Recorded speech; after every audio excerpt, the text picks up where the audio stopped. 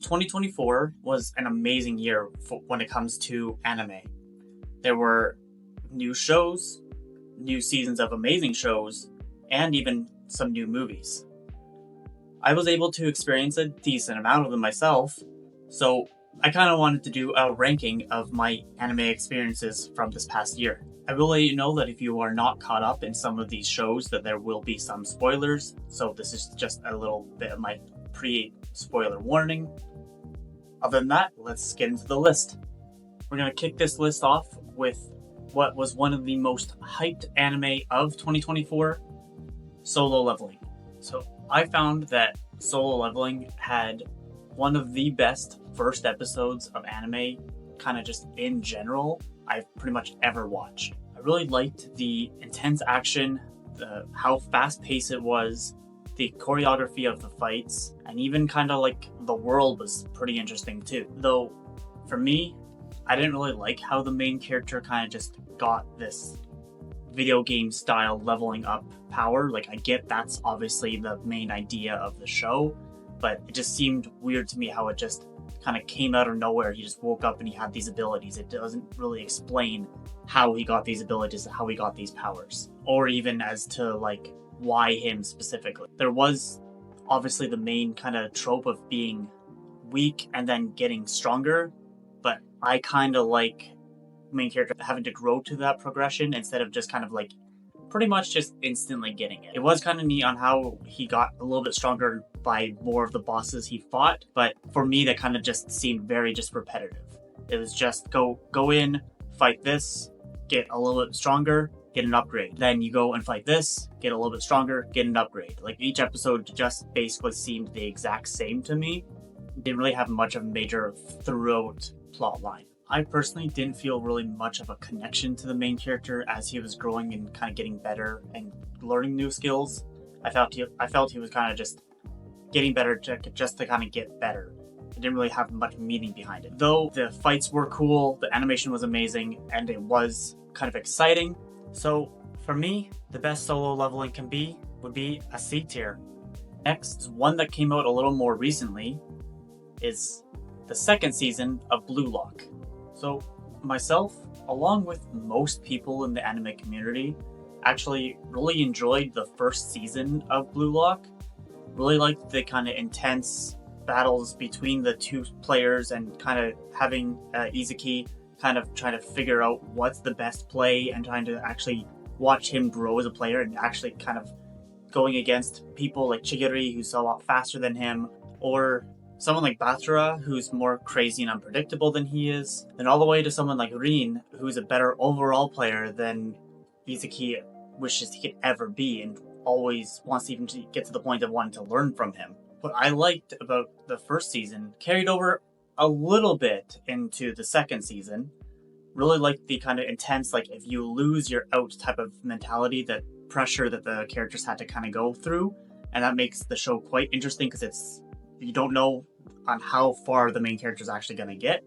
Though season 2 definitely has not been as intense as season 1, but I found it still quite interesting. But it's that second episode where things kind of really bring it down. As most people know, that second episode, the animation is very bad. It's very just copy and paste, sliding, very slow animation, and nothing compared to the first season. Though, animation aside, I still like the story better. It actually helps grow the character. You actually kind of see how he's progressing throughout the show. And not only the main character of Izuki, but you also get some of the backstory of some of the other characters that he's playing along with or even playing against. So, overall, even though the animation was a little weird, a little off, but the story is good, the characters are interesting, and you get like backstory between not only the main character, but the background, the side characters as well. I like how the story kind of progresses. I found that Blue Lock Season 2 still sits comfortably at a B.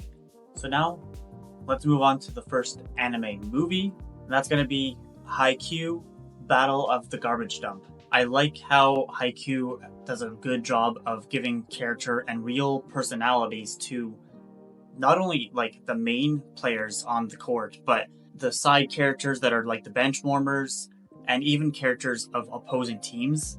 I really like how like it's a full kind of real world in a sense. Haikyuu's really good at showing the competitiveness of some people that are really, really good, and the kind of like just getting there and growing, and the people all in between. Though, what I was saying about how I like that characters get backstories and information and real world building throughout the show, I didn't like it as much with the movie, because the movie focused a little bit too much on Kenma, who's the setter for the Tokyo team, which I kind of get because they established this kind of rivalry slash friendship between Hinata and Kenma, and they wanted to develop it a little bit more throughout this movie, which they definitely did. But I felt that the movie focused too much on Kenma's backstory and him getting kind of just playing the game and then eventually starting to like the game. And there wasn't as much of the actual volleyball being played in this movie. But on the other side of that, when they did show the gameplay, there was a lot of interesting shots, a lot of back and forth between the two teams.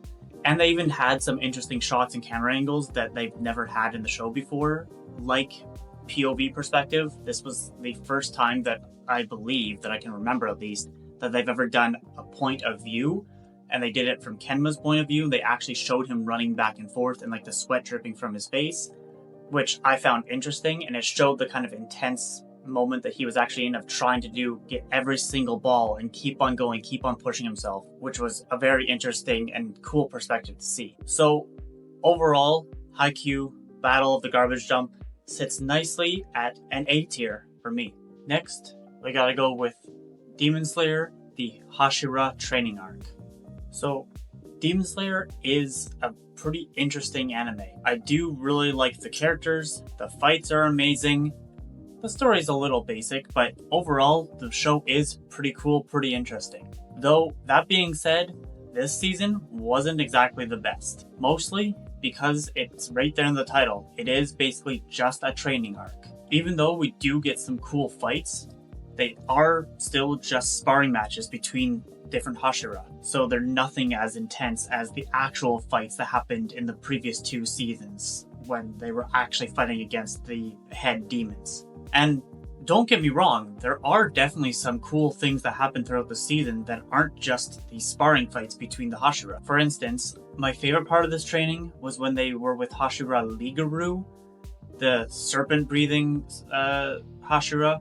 I found it so cool in how you had to slash your sword just perfectly in between the different pillars, the different characters, your other teammates essentially, to slash perfectly in between them or underneath or around them to then get a hit on him. I liked seeing the progression that Tanjiro had to kind of go through and how he actually was trying so hard not to hit his teammates, but then eventually just focused in on ignoring not hitting them, but focusing on hitting the Hashira to focus in on his strikes even better, even more. And then, other than the training, we did get some more information onto the story, things like the backstory of Giyumi and how he became the strongest of all the Hashira, and then even showing off this strength in the battle against Muzan. But because that's basically the only fight that really happens in this season, and this season was quite a bit slower in pace, it definitely wasn't as interesting as the previous ones. So for me, this season of Demon Slayer just has to sit at a C. Next is My Hero Academia Season 7. This season was a phenomenal continuation from the previous season in the way that kind of Deku kind of continued growing as a character, and with Deku getting even more in touch with One for All. I really liked the full battle plan that was laid out for the battle against Shigaraki and All for One, and one of the things that I really liked about the plan to separate all the individual villains, making them far apart from each other, means that we were able to see times where individual characters had their times to shine. Things like Tamaki's kind of ultimate move where he is storing up all of the food and animals and everything that he ate into one massive kind of spear. That was really cool. Obviously, knowing it as a viewer, you know that's not going to do anything to Shigaraki, but it's still kind of such an ultimate move, such a cool thing to see and watch. Like, you figured it was going to actually do a lot of damage. Or Bakugo's kind of final explosion where he got everything stored up, major explosion, major cannons and everything. But the crazy thing with that was like his moment of the realization that on how much more powerful Shigaraki is than he was. Because he even admits saying that was his ultimate move, his best attack, and it barely even scratched the surface for Shigaraki. But one of the biggest holy shit moments was Bakugo's pretty much fatal injury. That was like the holy shit moment for sure. But other than these like epic moments for the individual characters, there were also kind of some softer individualized moments as well. The biggest one is definitely towards the end of the season when Toga arrives to the main battlefield using the millions of copies that she created, creating an entire army overwhelming the heroes. Was just crazy intense. But then in that moment, I really liked how Uraraka was able to pinpoint which version of Twice was actually Toga and connect to her on an emotional level. And that ended up kind of stopping the main attack from happening, basically until her quirk actually timed out. And then there are things that are kind of a bit of both, like a full kind of action and full emotion as well. Like the part with Shoto when the final fight between him and Dabi. And then it gets to the full Todoroki family there to take out the extreme explosion that's going to happen with Dabi, having that full family moment being the ones to stop him. So it's not only this epic like fight between Shoto and Dabi, but it's this full family moment of them coming together to get this thing to kind of finally end. So things like that make it a much more emotional impact for not only yourself but the characters as well. And then I also like how they brought back some of the comedic elements of the show, like the scene where Mirio's trying to think of something to stall for time from Shigaraki's attack. So he goes out and just shoves his butt in his face. Like, it's just a little funny, subtle moment to kind of break the tension as a viewer. And it kind of makes you realize that, yeah, these are still just teenagers. They're just kids. They're going to find little things like that funny and silly. And it just, yeah, like I just said, it breaks the tension, makes it funny. I like how they kind of brought some of that back in a little bit this season. So all in all, because there's great character moments, amazing fights, subtle funny moments, and a great continuation of the story, for me, Season 7 of My Hero Academia is going to be my first S tier. Next, keeping it with MHA, we're going to go with My Hero Academia, You're Next. So, in my opinion, You're Next is the weakest of the 4 MHA movies. It felt kind of out of place to me, basically because it is taking place kind of after Season 6 but before Season 7, and it doesn't really flow well with what was kind of going on in between those 2 seasons. Pretty much all the things that I was just saying about great character moments for Season 7 of MHA does not really apply to this movie. I did actually kind of like the main villain's quirk of this kind of like alchemy power, being able to kind of like turn objects into whatever he wants, and therefore that's how he changes himself to look like All Might. And I did like some of the fights. Ones, especially the one at the end where it's like the big 3, Todoroki, Bakugo, and Deku fighting against Dark Might. I think that was a good kind of dynamic between the 3 of them to kind of take him on. It was a good kind of back and forth fight. I thought it was cool. But some of the other fights kind of fell short, kind of fell flat. They didn't really impact a whole lot to the story because they just were so simple and they just got right to the point. They didn't really have much of a back and forth to them. I kind of liked the idea of the story of the main character being like the butler to this rich girl, because his ability is to kind of like calm down her powers, and her powers basically kind of like enhance other people's, and it's kind of going out of control type of thing. It's kind of a very basic anime type of story. It was still told in a kind of interesting way. So ultimately, I'm gonna have to put My Hero Academia, You're Next in the C category. Now, let's talk about one that is a lot of people's favorites right now, and that's Now, to be fair, as of this recording, I'm still kind of in the process of watching Dan Dan Dan. I'm only about halfway through, but so far, this show is like funny, weird, quirky, action-packed, like very entertaining. I really like the weird quirkiness and kind of outrageous nature that this show kind of gives you. I kind of find it funny and interesting how the main demon of the Turbo Granny gets her abilities and kind of powers from taking the main character's eggplant, shall we say. But then it goes to the complete opposite side of the spectrum and goes into this Studio Ghibli style storytelling of this mother demon and how she came to be. And it's such a beautiful kind of story being told with just sounds and little subtle moments that you really get invested as to the real emotion involved into what happened to this character, even though it's not really a main character or anything like that, but you do get a full emotion backstory, a connection to something that's meant to just be kind of like a monster that's attacking, but you get to see how it got to this point. So that moment itself was just beautiful, amazing storytelling, and I really liked it. So overall, I'm really liking the weird quirkiness that the show is, the real human kind of thoughts and characters that are based kind of like realistic, real people, and the amazing kind of like storytelling that the show kind of gives you. But because I'm still in the process of watching it, I can't give it a full rating. So for right now, the best I'm going to do is give it a B. Now, if you've made it this far into the video, maybe consider giving it a like. It definitely helps me out. And if you like me or any of the content that I make, maybe consider subscribing. It definitely will help you out as well, making sure to let you know when my next video drops. Other than that, let's continue on with the video. Now, with those out of the way, let's go on to the final two. First of which is Delicious in Dungeon.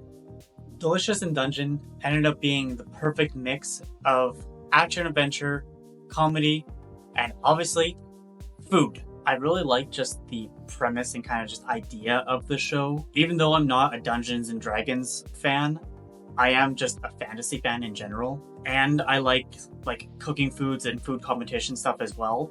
So this is a perfect mix of kind of what those two worlds would be like kind of combined. And I just found it super interesting. I really liked how the show established like the world and the story right from the very first episode. It basically showed Laios and his team fighting against the Red Dragon and getting defeated and having his sister get eaten by the dragon. But then his team basically realizes that they cannot defeat the dragon without her, so they have to retreat. And then when they make the decision to go back in after her, that is basically the inciting incident that starts off the realization that they don't have enough food to get into one level of the dungeon, let alone the whole thing. And I like how the first monster that they decide to kill and eat is something that is basically just something that we already use in real life anyway. It's just a giant mushroom, so it's that step towards realism that makes it very interesting. I really like how some of the foods are really similar to what kind of like a real life meal would kind of be.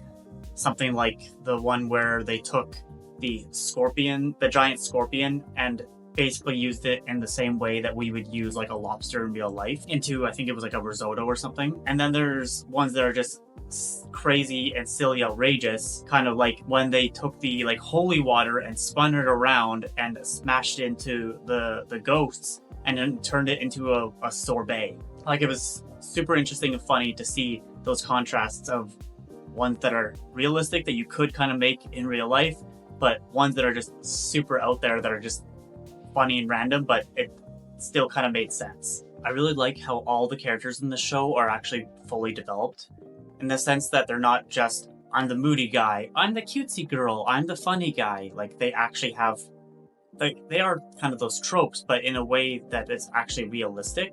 Their characters and developments are told in such an interesting, realistic style way. So overall, because the story was interesting, the food looked really good, the characters were interesting, and the concept was just unique, and I believe it definitely had the potential to be anime of the year for 2024. Delicious in Dungeon was definitely an S tier anime for me.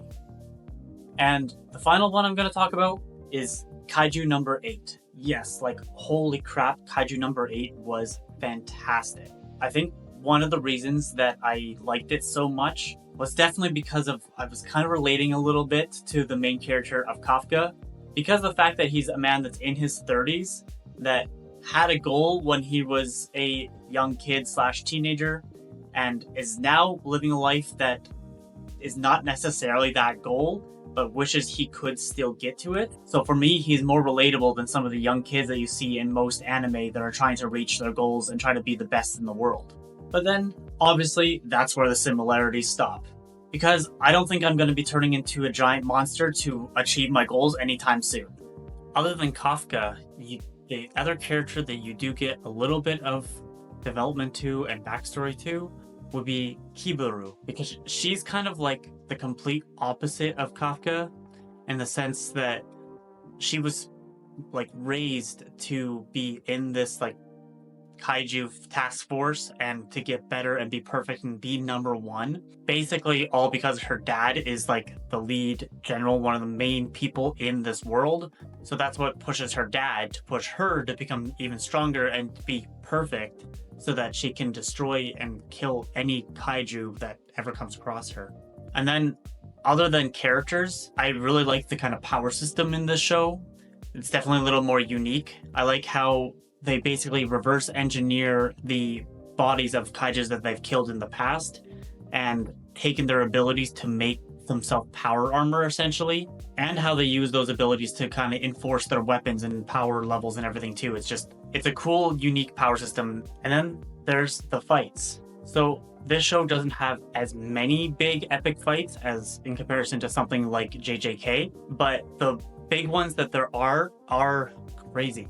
So we do see more of the kind of smaller fights, especially with when Kafka and the other trainees are getting into the battlefield, and we see them fighting these kind of like almost mushroom crab creatures that are smaller but are able to get pretty much 1 or 2 hit. But then we get like the surprise of like the giant bull creature that kind of like comes out and attacks and almost kills Kuroku, and it's just super devastating for her, especially since she has this mentality of she can't give up, she has to be perfect, she can't lose. And then it basically is the first time that Kafka has to kind of transform to save her, and it just happens to be that there's no one else around. But it's a crazy moment where it shows his power, it shows her power, and like what the difference actually is. And the moment where it shows that he was the one who rescued her is just a really big like awe moment. But then the best fight of the season was definitely the end fight with the second in command commander. I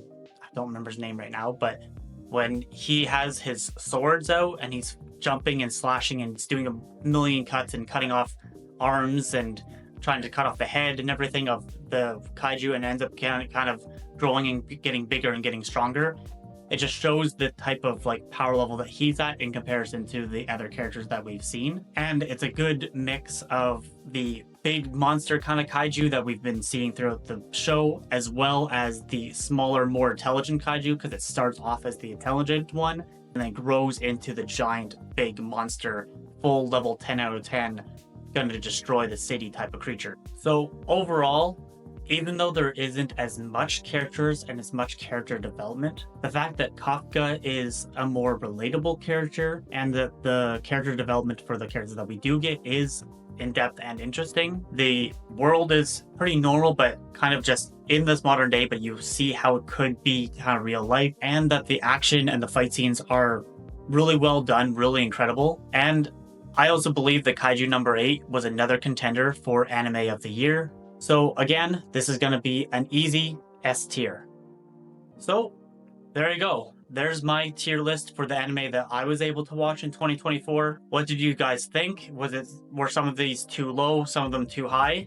Give me a comment below to let me know your opinions. And while you're down there, make sure to subscribe to the channel. It will let you know when my next video comes out. Other than that, I'll see you guys in the next one. Bye.